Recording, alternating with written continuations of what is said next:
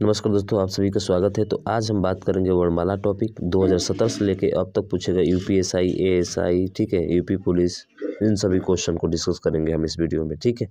तो अंत तक बने रहिएगा। अच्छे अच्छे प्रश्न दिए गए हैं आपके। पूछ रहा है इसमें कि विच्छेद वाला है क्रिपड़, क्रिपड़ का विच्छेद क्या होगा? तो आप देखिए ना, क है और क में कौन सी का मात्रा है? आप कहेंगे सर री का मात्रा है, तो री हो गया। उसके बाद से प है, प में कौन सी का मात्रा होता है हमेशा? तो अ का मात्रा होता है। तो देखिए ये कहाँ पे है, ना इसमें है, ना इसमें है, ना इसमें है। तो ऑप्शन नंबर डी में है, तो डी आपका क्या हो जाएगा? राइट आंसर हो जाएगा, ठीक है। तो ये ऑप्शन सही हो जाएगा। अगला देखिए, अगला क्वेश्चन है, इसमें पूछा गया है कि ओष्ठ दीर्घ स्वर का उदाहरण है। बहुत लोग क्या करेंगे कि ओष्ठ में ऊ और बड़ा ऊ ये दोनों जानते हैं, ठीक है। जानते हुए भी लोग क्या करते हैं कि दीर्घ देखते ही नहीं है भैया, सीधा ऑप्शन नंबर ए पे मार के आ जाते हैं। नहीं भैया, गलत हो जाएगा, गलत हो जाएगा। दीर्घ पूछा है तो बड़ा वाला होगा, ठीक है। इसका थोड़ा सा विशेष ध्यान रखना है। क्वेश्चन ऐसे ही यूपीएससी में नहीं पूछा है, समझ रहे हैं ना? हाँ, तो ध्यान रखिएगा इसका। उसके बाद से ओष्ठ अल्प प्राण घोष वर्ण, देखिए 3 चीज़ें शामिल किया, ओष्ठ, अल्प प्राण, घोष वर्ण। तो अल्प प्राण क्या होता है? तो 1, 3, 5 जो होता है अल्प प्राण होता है। जैसे प फ ब है तो प फ और ब, तो या तो प होगा या तो ब होगा, यही दिया है ना। तो प देखें, उसके बाद से ओष्ठ, ओष्ठ में तो तीनों आते हैं। अब घोष वर्ण देखना है, तो घोष वर्ण देखिए तीसरा, चौथा और पांचवा होता है। तो तीसरा तीसरा मैच कर रहा है, तो तीसरा कौन सा है इसमें? ब है, तो ब वाला आपका क्या हो जाएगा? राइट आंसर हो जाएगा। तो ऑप्शन नंबर बी आपका राइट हो जाएगा, ठीक। उसके बाद से अगला क्वेश्चन है कि कौन सा तालव्य वर्ण नहीं है? अब देखिए तालव्य वर्ण नहीं है, तो भाई साहब देखिए, च भी तालु से बोला जाता है, तालव्य से बोला जाता है, स भी तालव्य से बोला जाता है, और य भी तालव्य से बोला जाता है, क्योंकि च वर्ग में ही आता है, ये सब आता है ना। तो अब देखिए डिफरेंट कौन सा हो गया आपको? तो यही से आंसर मिल गया सर, ऑप्शन नंबर डी, जो कि किससे बोला जाता है? ये दंत्य से बोला जाता है। क्या बोला जाता है? ये दंत्य से बोला जाता है। जैसे कहते हैं ना दंती स, दंत्य स, ठीक है। तो इस कारण से ऑप्शन नंबर डी आपका राइट हो जाएगा। अगला देखिए, अगला है कि च वर्ग में महाप्राण व्यंजन वर्ण कितने हैं? देखिए च वर्ग में महाप्राण व्यंजन कितने होते हैं? आपको पता है कि पहला, तीसरा और पांचवा अल्प प्राण होता है, तो महाप्राण कितने हो जाएंगे सर? आपका दूसरा और चौथा हो जाएगा। तो कितने आएंगे? 2 ही आएंगे, और 2 आएंगे तो कौन सा होगा? ऑप्शन नंबर ए आपका राइट हो जाएगा, ठीक है। ये हमसे पूछा हुआ है, छ और झ होते हैं, पता है ना आपको। चलिए अगला देखिए, और अगला क्वेश्चन बताइए, देवनागरी लिपि का विकास किस लिपि में हुआ है? देवनागरी लिपि का विकास जो है किस लिपि में हुआ है, ये हमसे क्वेश्चन पूछा गया है। तो ध्यान रखिएगा, देवनागरी लिपि का जो विकास हुआ है वो है ऑप्शन नंबर सी, यानी कि ब्राह्मी लिपि में हुआ है। किस लिपि में हुआ है? ब्राह्मी लिपि में हुआ है। तो ये आपका क्या हो जाएगा? राइट आंसर हो जाएगा, ठीक। उसके बाद से यहाँ दिया गया है, आप देख सकते हैं। अगला क्वेश्चन है कि इनमें कौन सा वर्ण अघोष महाप्राण है? देखिए अघोष होना चाहिए, तो अघोष में क्या होता है? पहला और दूसरा होता है, तो च होगा या तो त होगा, ये तो दोनों होंगे नहीं, ठीक है। पहला दूसरा होता है, तो उसके बाद से महाप्राण बोला है, तो महाप्राण में बात की थी तीसरा, चौथा और क्या होता है? पांचवा होता है, ठीक है। तीसरा, चौथा और पांचवा होता है, तीसरा सॉरी तीसरा महाप्राण की बात किया जाए तो अल्प प्राण, महाप्राण, दूसरा और चौथा होता है, ठीक है। तो दूसरा और चौथा होता है, तो दूसरा और चौथा होता है। महाप्राण की बात किया जाए तो अल्प प्राण, महाप्राण, फिर अल्प प्राण, महाप्राण। तो च देखेंगे, यहाँ पे त देखेंगे, तो अघोष भी चाहिए हमको। तो अघोष वाले में देखा जाए तो अघोष कौन सा होता है? तो अघोष जो होता है वो पहला और दूसरा होता है। तो दूसरा दूसरा अगर मैच करता है तो हमारा हो जाएगा, ठीक है। दूसरा दूसरा मैच करता है तो हमारा हो जाएगा। तो कौन सा होगा देखिए इसमें, तो झ, च, छ, ज और झ, ये तो चौथे नंबर पे आता है, ये हो नहीं सकता। च हो भी नहीं सकता। अल्प प्राण तो है, अल्प प्राण है, लेकिन अल्प प्राण नहीं लेना है हमको, अघोष लेना है। अघोष वाले में भी पहला दूसरा है, ठीक है। और महाप्राण लेना है तो तो हो ही नहीं, ये तो भी नहीं होगा। ख, देखिए ख हो जाएगा। बात किया जाए तो ये भी दूसरे पे आता है, ठीक है, और उसमें भी दूसरे पे आता है। तो महाप्राण में भी दूसरा दूसरा मैच कर रहा है, इसका मतलब ऑप्शन नंबर डी आपका क्या हो जाएगा? राइट आंसर हो जाएगा। तो ध्यान रखिएगा, ये जो होगा आपका राइट आंसर हो जाएगा, ठीक है। अगला है क वर्ग घोष व्यंजन वर्ण कितने हैं? देखिए क वर्ग में घोष व्यंजन, तो घोष का मतलब अभी बात किए थे हम कौन सा, तो देखिए अघोष जो होता है पहला दूसरा होता है, अघोष वाले में बात किया जाए तो तीसरा चौथा और क्या होता है पांचवा, 3 होते हैं, तो 3 बोले तो ऑप्शन नंबर बी आपका राइट हो जाएगा। ठीक, उसके बाद से अगला है कि संयुक्त व्यंजन का उदाहरण कौन सा है। अरे संयुक्त व्यंजन आप जानते हैं ना, कछ त्र ज्ञ, तो ऑप्शन नंबर डी आपका राइट हो जाएगा। ये तो सिंपल सा है। किससे मिलकर बना हुआ है ये भी ध्यान रखिएगा, मोस्ट इंपोर्टेंट कौन से ध्यान से भी बनता है, ये चीज़ों को ध्यान रखेंगे आप। ठीक है, अगला है मूर्धन्य, मूर्धा। ठीक है, मूर्धन्य माने मूर्धा अल्प प्राण व्यंजन कौन सा है, तो मूर्धन्य अल्प प्राण व्यंजन आपको बताना है। तो अल्प प्राण का मतलब फिर से पहला तीसरा, ठीक है, और पांचवा, ये अल्प प्राण होते हैं। अल्प प्राण महाप्राण, ठीक है, फिर से अल्प प्राण महाप्राण, यही होता है ना। देखिए ऐसे चलता है, अल्प प्राण महाप्राण, अल्प प्राण महाप्राण, अल्प प्राण, यानी पहला तीसरा और पांचवा। तो और मूर्धन्य बोला है, तो मूर्धन्य मतलब कौन सा है, तो के टी एम, यानी कि क च ट वर्ग होगा। और ट वर्ग में देखिए पहला दिया है नहीं, उसके बाद से पहला ट है, ठ है, उसके बाद से ड है, ड भी आना चाहिए, तो ड किस में है, ना इसमें है, ना इसमें है, ना इसमें, तो ऑप्शन नंबर बी आपका क्या हो जाएगा, राइट आंसर हो जाएगा, क्योंकि इसी में आएगा। ठीक है, ड जो है इसी में आ रहा है ना, हाँ, तो ध्यान रखेंगे इसका। अगला है इनमें से कौन सा व्यंजन संयुक्त व्यंजन का उदाहरण है। फिर से दोबारा पूछ दिया भाई साहब, तो कछ त्र ज्ञ अभी बात किए थे। ठीक, अगला क्वेश्चन देखिए, बहुत अच्छे तरीके से यहाँ पे दिया गया है, आप देख सकते हैं। ठीक है, अगला है कि इनमें से किसका उच्चारण स्थान ओष्ठ्य है। ओष्ठ्य मतलब सर प वर्ग जितने होते हैं सब ओष्ठ्य होते हैं, तो प वर्ग बोले तो ऑप्शन नंबर डी आपका राइट हो जाएगा। भाषा की सबसे छोटी इकाई को क्या कहा जाता है, अरे भाई वर्ण कहा जाता है। ठीक है, भाषा की सबसे छोटी इकाई क्या कहलाती है, वर्ण कहलाती है, तो ऑप्शन ए आपका राइट हो जाएगा। और ध्यान रखिएगा वो हिंदी वर्णमाला में कुल वर्ण कितना होते हैं, 52 होते हैं, और स्वरों की संख्या कितनी होती है, 11 होती है, और व्यंजनों की संख्या कितनी होती है, 39 होती है, जिसमें 2 जो है अयोगवाह भी होते हैं। ठीक है, ध्यान रखिएगा 2 क्या होते हैं, अयोगवाह भी होते हैं। ठीक, उसके बाद से कछ वर्ण किसके योग से बना हुआ है, आपको पीछे बताया गया था कि कछ जो है आधा क प्लस मूर्धन्य स से बना हुआ है, तो आधा क मूर्धन्य स कौन सा है, ऑप्शन नंबर डी है, यानी कि डी वाला आपको क्या हो जाएगा, राइट आंसर हो जाएगा। ठीक, सी वाला, सॉरी सी वाला, डी वाला नहीं, बाकी दिया गया है यहाँ पे, स्र भी होता है। ठीक है, अगला है कि छ ध्वनि का उच्चारण स्थान कौन सा होगा, जो च छ, तो उसके बाद से के होता है, टी होता है, यानी तालु, तालु बोले तो कौन सा है, तालव्य बोले तो, यानी कि ऑप्शन नंबर बी आपका राइट हो जाएगा। ठीक, अगला देखिए, अगला है मूर्धन्य अल्प प्राण अघोष व्यंजन वर्ण का उदाहरण कौन सा है, तो मूर्धन्य मतलब सर अभी बात कैसे ट ठ ड ढ ड़, ये है मूर्धन्य। इसमें अल्प प्राण पूछा है, तो अल्प प्राण मतलब पहला तीसरा और पांचवा ये होता है। फिर पूछा है अघोष व्यंजन, तो अघोष व्यंजन मैंने पहला और दूसरा होता है, पहला और दूसरा होता है, तो पहला ही लेंगे हम। ठीक है, तो ट देखिए ऑप्शन नंबर सी में है, तो ये पहला ही आपका क्या हो जाएगा, राइट आंसर हो जाएगा, यानी ऑप्शन नंबर सी। ठीक है, अगला देखिए तालव्य स ध्वनि का उच्चारण स्थान, अभी देखिए तालव्य स हम बोल दिए भाई साहब, तो ऑप्शन नंबर डी ऐसे ही हो गया। ठीक है, इसमें सोचना क्या है यार, बहुत आसान है। अगला देखिए इनमें से कौन सा वर्ण का उच्चारण स्थान कंठ तालु, तो देखिए कंठ से भी होगा और किससे होगा, तालु से भी होगा। ठीक है, तो कंठ तालु से किसका होता है, देखिए ह जो होता है कंठ होता है, ओ जो होता है, ठीक है, ओ जो होता है किसका होता है, ओ और औ ओष्ठ कंठस्थ से होता है, कंठ और ओष्ठ से होता है ओ और औ। ठीक है, उसके बाद से छ किससे होता है, तो छ देखेंगे तो ये तालु से होता है, तो इसका मतलब कौन सा होगा, ऑप्शन नंबर बी आपका राइट हो जाएगा। ठीक है, यानी कि ये जो होता है कंठ और तालु से बोला जाता है, ए आए दोनों बोले जाते हैं। ठीक है, तो ध्यान रखिएगा। अगला है इनमें से कौन सा व्यंजन दंत्य ध्वनि नहीं है, दंत्य, दंत्य बोले तो सर के टी एम डी को, तो इसमें जो है आपका कौन सा नहीं है, तो देखिए दंत्य मतलब त वर्ग का होगा, त वर्ग तो दंत्य है आपका। ठीक है, क वर्ग की बात करते हैं तो ये कंठ है, क्या है, कंठ है।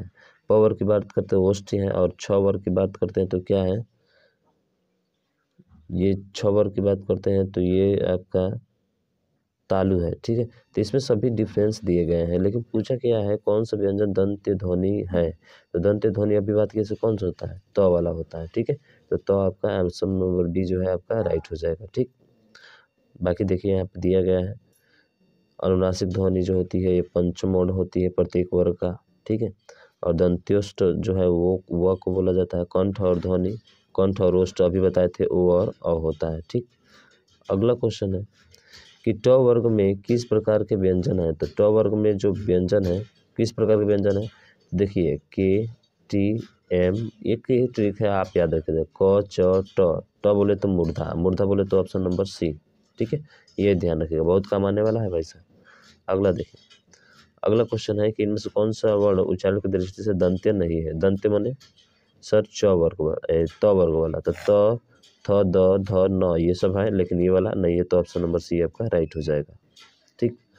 उसके बाद से अगला है यर लवा किस वर्ग के व्यंजन है। तो आपको पता है यर लवा अंतस्थ व्यंजन होते हैं। क्या होते हैं भाई साहब, अंतस्थ व्यंजन होते हैं। अंतस्थ व्यंजन कौन सा है, ऑप्शन नंबर ए है, तो ए वाला आपका राइट हो जाएगा, ठीक है। तो ये अंतस्थ व्यंजन है। आ ये जो है कंठ ध्वनि है। ई च वर्ग तालु ध्वनि है।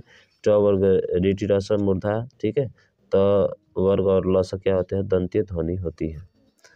अगला है दंत्य वर्त से, दांत और वर्त से जो है महाप्राण घोष व्यंजन वर्ण का उदाहरण कौन सा है।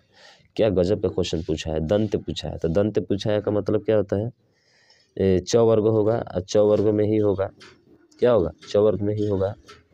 तो देखिए च आता है, फिर क्या आता है, छ आता है, फिर ज, फिर झ, ये आता है। लेकिन महाप्राण, तो ये तो अल्प प्राण है, महाप्राण में छ आता है, ठीक है। देखिए यहाँ पे दिख रहा है। और उसके बाद से घोष, घोष में क्या होता है, तो घोष में होता है तीसरा चौथा और पांचवा होता है। क्या होता है, तीसरा चौथा और पांचवा होता है। तो घोष में देखेंगे तीसरा चौथा पांचवा, तो छ तो ऐसे ही कट जाएगा, क्या हो जाएगा, छ ऐसे ही कट जाएगा। तो अब बचा कौन सा, तो देखिए अब जो है बात किया जाए तो दंत्य वाले में देखा जाए कि टी तालु एम डी तो वाला होता है। तो वाले में कौन सा है, तो यहाँ पे देखेंगे छ वाला तो होगा नहीं, अब तो हो जाएगा कौन सा, थ वाला। तो थ वाले में देखेंगे तो थ वाले में तीसरा मैच नहीं कर रहा है यहाँ पे, ये भी नहीं हो सकता, छ भी नहीं हो सकता। अगर ध की बात करते हैं, ठीक है, जैसे त थ द और ध, तो ये महाप्राण में आएगा, अल्प प्राण महाप्राण, अल्प प्राण महाप्राण, महाप्राण में तो ये आएगा, ठीक है। लेकिन बात किया जाए घोष वर्ण, तो घोष वर्ण में भी आएगा ये वाला, ठीक है। इसका मतलब है कि ऑप्शन नंबर डी बी जो है क्या हो जाएगा आपका राइट आंसर हो जाएगा, ठीक है। बाकी कोई मैच नहीं कर रहा है, ठीक है। तो ऐसे चेक कर रहे हैं आपको ऑप्शन के द्वारा देखकर इसको, ठीक। तो बहुत चीज़ें पूछा है, ध्यान रखिएगा, ऑप्शन नंबर बी आपका राइट हो जाएगा, ठीक है। हाँ, बाकी देख लीजिए यहाँ पे दिया गया है। अगला क्वेश्चन आपका दिया है कि इनमें तालव्य व्यंजन का उदाहरण कौन सा है। तालव्य मतलब बोले तो च वर्ग, और च वर्ग किसमें है, ऑप्शन नंबर डी में है, तो डी वाला आपका राइट हो जाएगा, ठीक। याद होना चाहिए भाई साहब, KTM DO, ठीक है। अगला है दंत्य वर्ष अल्प प्राण अघोष वर्ण का उदाहरण कौन सा है। अल्प प्राण, अल्प प्राण बोले तो पहला तीसरा और पांचवा। तो देख लीजिए अल्प प्राण में पहला तीसरा और पांचवा कौन सा है, तो ये पहला है, उसके बाद से ये भी पहला है, ये तो हो ही नहीं सकता, ठीक है, और ये भी नहीं हो सकता। दो बचे ऑप्शन आपके, कौन कौन से बचे, ये वाले दो बचे, च और त बचे। तो अघोष वर्ण चाहिए। अघोष का मतलब क्या होता है, पहला, पहला ये दोनों है, ठीक है, दोनों है। अल्प प्राण, च भी अल्प प्राण है, तो भी अल्प प्राण है। उसके बाद से दंत्य, दंत्य में तो सिर्फ च आता है, तो नहीं आता है, इसलिए ऑप्शन नंबर सी है, डी आपका राइट हो जाएगा, ठीक। अगला है कि इतना में तालव्य महाप्राण घोष वर्ण कितने हैं। तो तालव्य, तालव्य बोले तो त वर्ग, त वर्ग तो कोई है ही नहीं है। महाप्राण की बोले तो दूसरा और चौथा होता है। तो देखिए ग नहीं है, ज भी नहीं है, छ एक है, और च है आपका, तो च देखेंगे तो च नहीं है आपका, ट भी नहीं है। यानी कि इसमें कितना दिख रहा है आपको, तो आप कहेंगे सर एक दिख रहा है, लेकिन उसके साथ तालव्य भी तो होना चाहिए ना, उसके साथ क्या होना चाहिए आपका, तालव्य भी होना चाहिए। तो तालव्य तो है नहीं इसमें, तालव्य इसमें नहीं है, इसका मतलब सीधा ऑप्शन नंबर ए आपका 0 हो जाएगा, कोई नहीं है। ए भाई आप समझे उस क्वेश्चन को, बड़ा बढ़िया क्वेश्चन है। तालव्य भी मिलना चाहिए और महाप्राण भी मिलना चाहिए। तो महाप्राण केवल मिल रहा है, अब बाद में घोष मिले तो क्या उससे फर्क पड़ता है, जब पहला आपका मिल ही नहीं रहा है। अरे नहीं मिले तो सीधा ऑप्शन नंबर क्या हो जाएगा, 0। इसमें कोई भी नहीं मिल रहा है, ठीक है। तो ध्यान रखेंगे, ये क्वेश्चन बड़ा महत्वपूर्ण क्वेश्चन है, ठीक है। तो ऑप्शन ए आपका राइट हो जाएगा। अगला देखिए, अगला है कि मूर्धन्य ह्रस्व स्वर का उदाहरण कौन सा है। मूर्धन्य माने ट वर्ग, मूर्धन्य माने ट वर्ग होता है, लेकिन ट वर्ग तो दिया नहीं है, यहाँ पे मात्रा दिया है। ह्रस्व स्वर का उदाहरण कौन सा है। ह्रस्व स्वर आपको जानते हैं, ई, उ और री होता है, ये तो होता नहीं है। अब ये 3 ऑप्शन बचे, इन 3 ऑप्शन में होगा तो ये तो ओष्ठी से होता है, ये तो तालु से होता है, तो बचा कौन सा, ऑप्शन नंबर ए आपका राइट, मूर्धन्य से होता है, ठीक है। अगला, जो ध्वनियाँ न स्वर है न व्यंजन है उन्हें क्या कहते हैं। अरे जो न स्वर है न व्यंजन है उन्हें क्या कहा जाता है भाई साहब, बताइए, कमेंट बॉक्स में ज़रूर बताइए, ठीक है। उन्हें अयोग वाह कहा जाता है। क्या कहा जाता है, अयोग वाह, ठीक है। अयोग वाह क्या होता है, अंग और क्या होता है अ, यानी 2 होते हैं, एक अंग और एक अ, जिसको अ को अंग को अनुसार बोला जाता है और इसको विसर्ग बोला जाता है। तो ये पूछा जाता है एग्जाम में, ये भी ध्यान रखेंगे। अगला है कि देखिए, तालव्य स का उच्चारण स्थान इनमें से कौन सा है। तालव्य स माने तालु, सीधा ऑप्शन नंबर डी हो जाओ चालू भाई आगे, ठीक है। तो ये होगा, डी होगा, ठीक है। अगला है, इनमें से कौन सा व्यंजन उष्म वर्ण है। उष्म माने स, ठीक है। उष्म व्यंजन माने स और ह, ठीक है। उष्म व्यंजन माने स और क्या होता है, ह होता है। तो इसके अकॉर्डिंग देखा जाए तो कौन सा होगा, ऑप्शन नंबर ए आपका राइट हो जाएगा, ठीक है। स और ह होता है, देखिए उष्म वर्ण है, 4 होते हैं, ठीक है। अगला क्वेश्चन है कि इनमें से किसका उच्चारण स्थान दंत से होता है। दंत माने दांत से, तो दंत से बात की जाए तो त वर्ग का होता है, और त वर्ग किस में है, ऑप्शन नंबर सी में है, तो सी वाला आपका राइट हो जाएगा, ठीक है।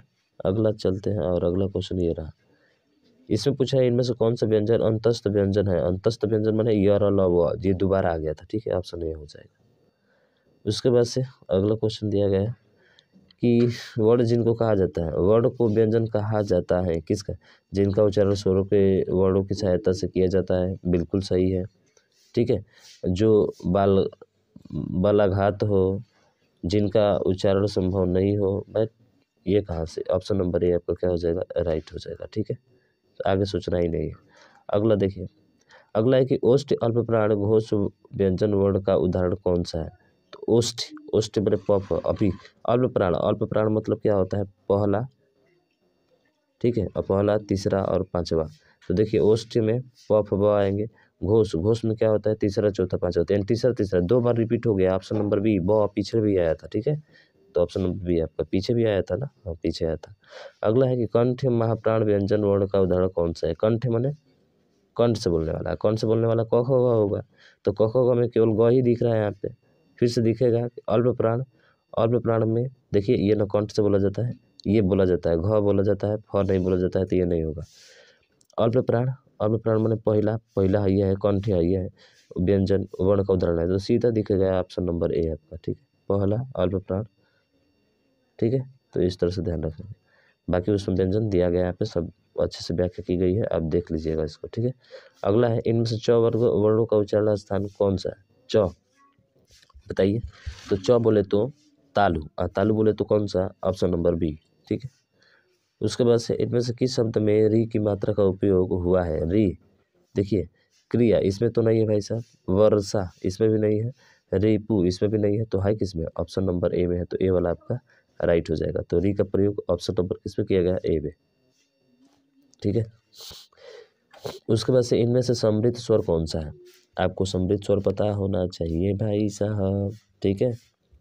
थोड़ा सा एडवांस में चले गए ना यूपीएसआई में, तो यूपीएसआई में तो आपको ध्यान रखना पड़ेगा कि जो होते हैं वो कौन से होते हैं। तो देखिए ये होता है आपका समृद्ध स्वर में ई होता है, कौन सा होता है, दीर्घ ई होता है, यानी ऑप्शन नंबर बी आपका राइट हो जाएगा।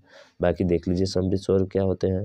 तो समृद्ध स्वर या उच्चा स्वर ऐसी स्वर ध्वनि होती है जिनमें बिना व्यंजन की ध्वनि बनाए जीवा को मुंह में जितना संभव हो सके उतना ऊंचा और तालु से समीप रखा जाता है। उच्चारण के लिए है ई, एक क्या है, समृद्ध स्वर है। बाकी विपरीत स्वर भी देख लीजिए, विपरीत स्वर का भी एग्जाम्पल दिया गया है यहाँ पे, देख सकते हैं। विपरीत स्वर जो होता है जिसमें वो पूरा खुला होता है तो वो आ होता है, ठीक। अगला क्वेश्चन, मूर्धन्य महाप्राण घोष व्यंजन वर्ण का उदाहरण कौन सा है। मूर्धन्य मूर्धन्य माने ट वर्ग होगा, महाप्राण का मतलब होता है दूसरा यानी कि ठ होगा, चौथा ढ होगा, ठ और ढ होंगे यही दोनों होंगे, मूर्धन्य हो गया महाप्राण। अघोष, अघोष का मतलब होता है पहला और दूसरा, दूसरा बोले दूसरा में कौन सा आएगा, ठ आएगा, और ठ किस में है, ऑप्शन नंबर बी में है, तो बी आपका राइट हो जाएगा। ठीक, बाकी देखिए यहाँ पे दिया गया। अगला है, अगला तो देखिए लिए सही भाई ये होगा तालव्य महाप्राण अघोष वर्ण का उदाहरण कौन सा है। तालव्य आप बात करते हैं, महाप्राण मतलब दूसरा होगा, तो दूसरा छ है ये है, अघोष का मतलब दूसरा तीसरा पहला दूसरा होता है, तो दूसरा में छ ही मिल रहा है, तो ऑप्शन नंबर बी हो जाएगा आपका राइट। इसमें क्या सोचना है। अगला देखिए, कंठोष्ठ, कंठ और ओष्ठ अभी बात किए थे, ओ और औ होता है, यानी कि ऑप्शन नंबर बी आपका राइट हो जाएगा। ठीक है, तो कंठ और ओष्ठ यही होते हैं। देखिए यहाँ पे दिया गया है, कंठ तालव्य ए आई होता है, ओष्ठ ध्वनि प वर्ग होती है, ओ और औ क्या होता है, कंठस्थ ध्वनि होती है। अगला क्वेश्चन दिया गया है कि कंठ तालव्य, कंठ और तालु, कंठ और तालु ये वो तो जो है किसे बोला जाता है, ओष्ठ से, री जो है मूर्धा से बोला जाता है, ए और आई, कंठ और अभी बात किए थे कंठ और ओष्ठ से कौन सा बोला जाता है, ओ और अ बोला जाता है, तो कंठ और तालव्य से कौन बोला जाएगा, ए और आई, ऑप्शन नंबर डी आपका राइट हो जाएगा। कंठ महाप्राण घोष वर्ण, घोष व्यंजन वर्ण कौन सा है। कंठ, कंठ से तो क वाला होगा, ह तो हाँ ह भी हो सकता है, ह भी होता है। ठीक है, ये ध्यान रखिएगा, ह भी होता है आपका। तो यहाँ पे देखेंगे तो कंठ में बात किया जाए तो महाप्राण, महाप्राण में दूसरा चौथा, तो ख दूसरा है, क तो होगा नहीं, अंग तो होगा नहीं आपका, बच गए ख और ह।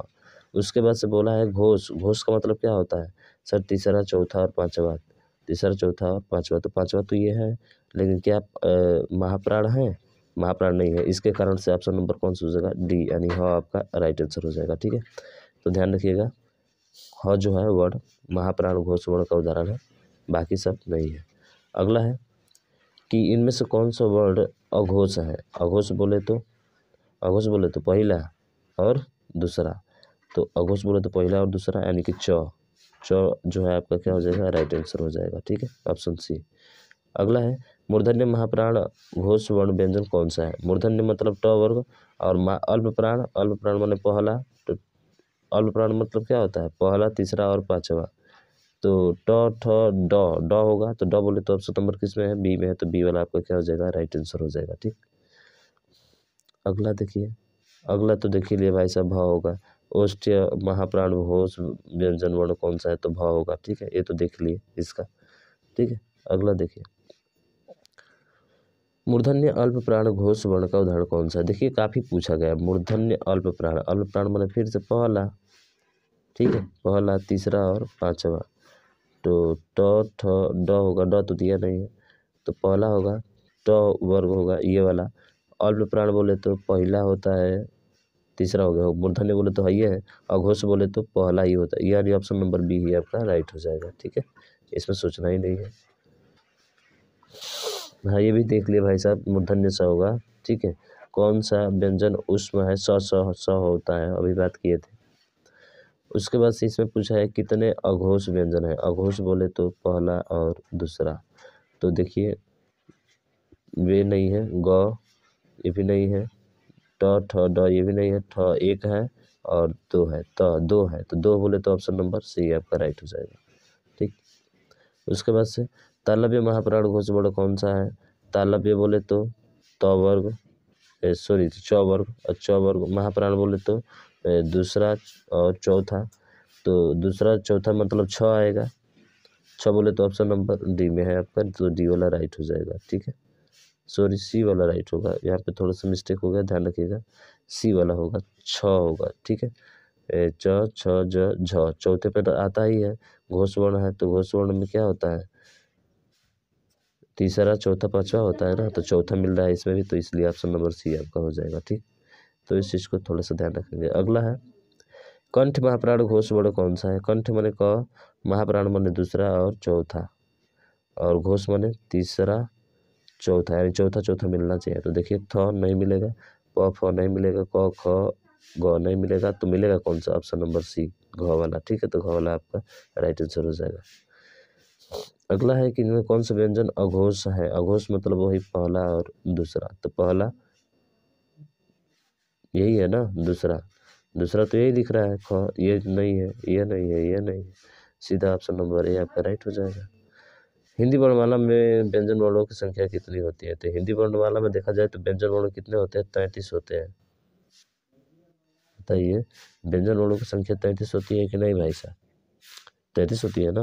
हाँ चलिए अगला देखिए। अगला है कि कंठ अल्प प्राण व्यंजन वर्ण का उदाहरण कौन सा है। कंठ अल्प प्राण, तो अल्प प्राण मतलब सर 1 3 5, तो 5 में देखिए, और कंठ मतलब क वर्ग होगा, तो क वर्ग तो है ही नहीं है, सीधा यही है ना भाई साहब। ठीक है, अगला देखिए। ज्ञ आधा ज और य से, आधा ज, ठीक है, आधा ज और य से मिलकर बना हुआ, तो आधा ज और य किस में है, तो आधा ज और य ऑप्शन नंबर ए में है, तो ए वाला आपका राइट हो जाएगा। ठीक, उसके बाद से अगला क्वेश्चन दिया गया है। अगला क्वेश्चन ये है कि जिस स्वर के उच्चारण में 2 मात्राएं लगती हैं दीर्घ स्वर कहलाता है। क्या कहलाता है, दीर्घ स्वर कहलाता है, लेकिन इसमें तो दिया नहीं है, अब आकर फंस गए भाई साहब। ठीक है, तो होगा कौन सा, दीर्घ मतलब होता है गुरु, उसको गुरु स्वर कहा जाता है। ठीक है, हाँ ये देख लिए भाई साहब कि स्पर्श वर्डों की संख्या कितनी है, तो ये जो है आपके 25 है। स्पर्श वर्डों की संख्या जो है वो आपके 25 है। इनमें से किसके बिना कोई व्यंजन उच्चारित नहीं किया जा सकता।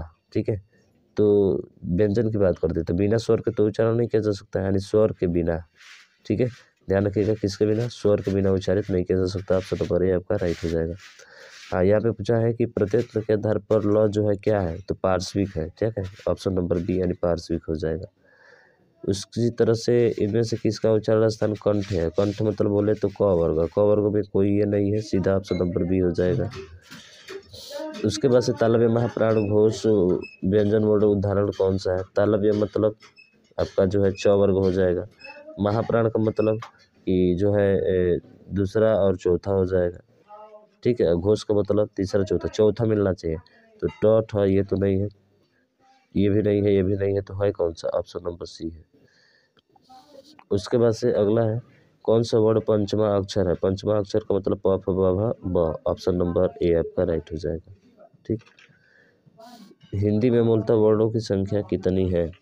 तो देखिए, अगर ऐसे पूछे कि हिंदी में मूलतः वर्णों की संख्या कितनी है, तो ध्यान रखिएगा वो आपके टोटल बता रहा है 52। ठीक है, 52 कौन कौन से होते हैं यहाँ पे दिया गया है, अब अच्छे से देख लीजिएगा। ठीक है, अगला है निम्नलिखित में से किस व्यंजन का उच्चारण तालु से होता है। तालु मतलब बोले तो च वर्ग, च वर्ग में कौन सा आता है, ये ऑप्शन नंबर सी आता है।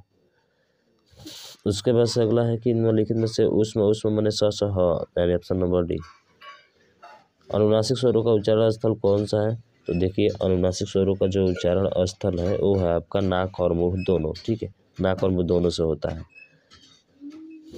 अगला है कि किसका उच्चारण स्थान दंत है। दंत बोले तो च वर्ग, त वर्ग, त वर्ग बोले तो ये वाला नहीं है, ये वाला नहीं है, ऑप्शन नंबर बी है। ठीक, उसके बाद से इनमें से री का क्या है। री समझते हैं, री व्यंजन है, दोनों है स्वर है, तो री जो है आपका स्वर है। ठीक है, ऑप्शन नंबर डी आपका राइट हो जाएगा। हिंदी शब्दकोश में क छ का क्रम किस वर्ण के बाद आता है। अब देखिए, क के बाद आता है, किसके बाद आता है, क के बाद से, क्योंकि आधा क और आधा स से मिलकर बना हुआ है, इसलिए क के बाद यानी कि ऑप्शन डी आ जाएगा। ठीक है, तो ध्यान रखिएगा इस चीज़ का थोड़ा सा। प वर्ग का उच्चारण स्थल क्या है। तो प वर्ग का उच्चारण स्थल देखेंगे तो ओष्ठ है, प फ ब ओष्ठ होता है। उसके बाद से निम्नलिखित व्यंजनों में नासिक व्यंजन है। नासिक का मतलब जो न हो अंतिम होता है, तो अंतिम कौन सा है, ऑप्शन नंबर ए है, तो ए आपका राइट हो जाएगा। पंचमा अक्षर प्रत्येक वर्ग का। ठीक है, हाँ, प्रत्येक वर्ग का पंचमा अक्षर जो होता है वही आपका नासिक होता है। अब यहाँ पे ये दिया गया है, इसमें आपको बताना है, कह रहा है कि ये असत्य कथन की पहचान करें। तो देखिए, व्यंजन वर्गों के तीसरे, चौथे और पांचवें को सघोष कहा जाता है, सही है। इसमें असत्य बोला है, ध्यान रखिएगा। व्यंजन वर्गों के पहले और दूसरे व्यंजन अघोष होते हैं, ये भी सही है। समस्त स्वर से घोष ध्वनियाँ होती हैं, ये भी सही है। सभी विसर्ग सघोष है, नहीं, ये सब नहीं, सभी विसर्ग जो है सघोष नहीं है, यानी कि ऑप्शन नंबर डी ये आपका गलत है, और यही आपका क्या हो जाएगा, सही हो जाएगा। यही पूछा था। ठीक है, तो बहुत अच्छा क्वेश्चन बनाया है, ध्यान रखिएगा। जेल बॉर्डर पे भाषा की मूल इकाई है, तो आप जानते हैं भाषा की जो मूल इकाई होती है, भाषा की जो मूल इकाई होती है वो आपकी ध्वनि होती है। कौन होती है, ध्वनि, तो ऑप्शन नंबर बी आपका राइट हो जाएगा। ठीक, उसके बाद से शब्द की सबसे छोटी इकाई, अरे वो शब्द की सबसे छोटी इकाई क्या होती है, तो देखिए शब्द की सबसे छोटी इकाई जो होती है वो वर्ण होती है, यानी कि ऑप्शन नंबर बी आपका राइट हो जाएगा। ठीक है, कुल वर्ण 52 है, आप जानते ही हैं। सी देख लिए भाई साहब, 2 वर्णों के कितने भेद होते हैं? 2 होते हैं। ठीक है, तो ध्यान रखिएगा, एक स्वर होता है, एक व्यंजन होता है। बाकी दिया गया यहाँ पे। अगला है कि स का उच्चारण स्थान है, अरे तालब जैसा बोलते हैं, तालु, तो तालु बोले तो ऑप्शन नंबर बी। ठीक है, अगला देखिए, कौन से शब्द में र व्यंजन नहीं है? र मात्र मूर्धा में है, मातृभूमि में है, इसमें तो री है, इसमें नहीं है, यानी कि ऑप्शन नंबर डी आपका राइट हो जाएगा। इसमें भी है, क्रम में, मात्र में भी है, मूर्धा में भी है। ठीक है, तो ऑप्शन नंबर डी में आपकी नहीं है।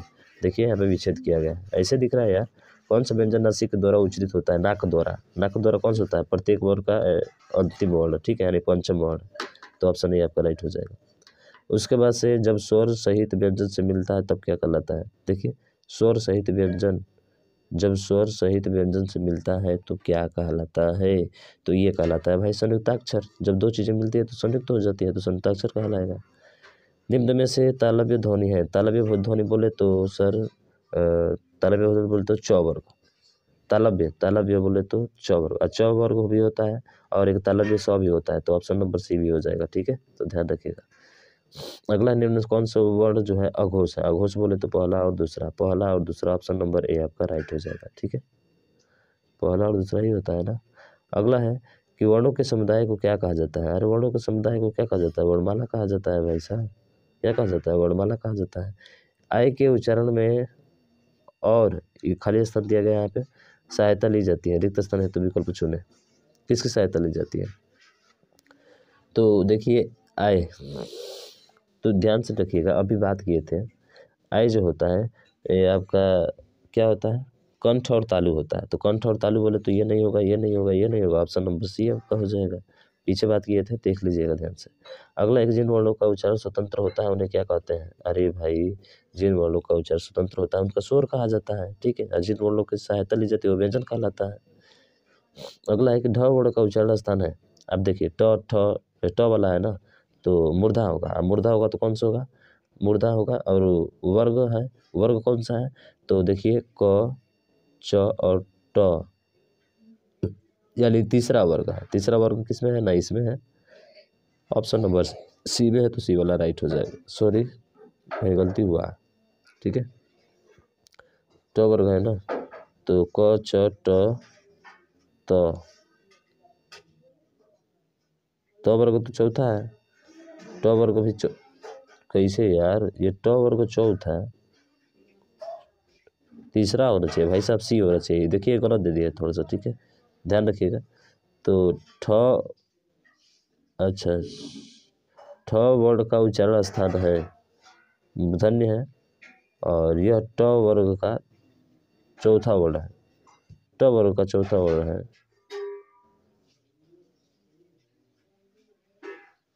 चौथा वर्ण है। कैसे भैया? और वर्ग है, वर्ग तो तीसरा है ना भाई साहब। तो ध्यान रखिएगा, ये नहीं होगा आपका, ये गलत दे दिया है यहाँ पे। ठीक है, तो ध्यान रखिएगा इसका। अगला है, उसके बाद से हिंदी वर्णमाला में स्वरों की संख्या है। तो हिंदी वर्णमाला में स्वरों की संख्या आप सभी को पता है 11 होती है, लेकिन अगर मात्रा पूछ ले भैया तो ध्यान रखिएगा 10 होती है। ठीक है, अ की मात्रा नहीं होती है। वर्णमाला कौन सा अक्षर पुल्लिंग नहीं है? हाँ, क्या शब्द पूछा है। चलिए यार, दिखा भी दिए, 100 दे दिया। आपका सी जो होगा ये आपका पुल्लिंग नहीं है। ठीक है, यह स्त्रीलिंग शब्द में है, पुल्लिंग नहीं है, ये पूछा है आपसे। ठीक है, तो इस चीज़ का ध्यान रखिएगा, पहले देख लिए, बहुत अच्छा क्वेश्चन था। अगला देखिए, च वर्ग ध्वनियाँ किस वर्ग में आती हैं? अरे च वर्ग ध्वनियाँ किस वर्ग में आती हैं? तो क च के टी, तालु, तालु वर्ग में होती, तो ऑप्शन नंबर सी जो है तालव्य आपका राइट आंसर हो जाएगा। हाँ, ये देखिए द अ क स और अ क्या पढ़ाएगा? तो देखिए द तो पूरा हो जाएगा, द पूरा इसमें है, इसमें सभी में है। क और उसके बाद से आधा स है, तो आधा क भी होगा और आधा पूरा स होगा। आधा क पूरा स, तो आधा क किस में है?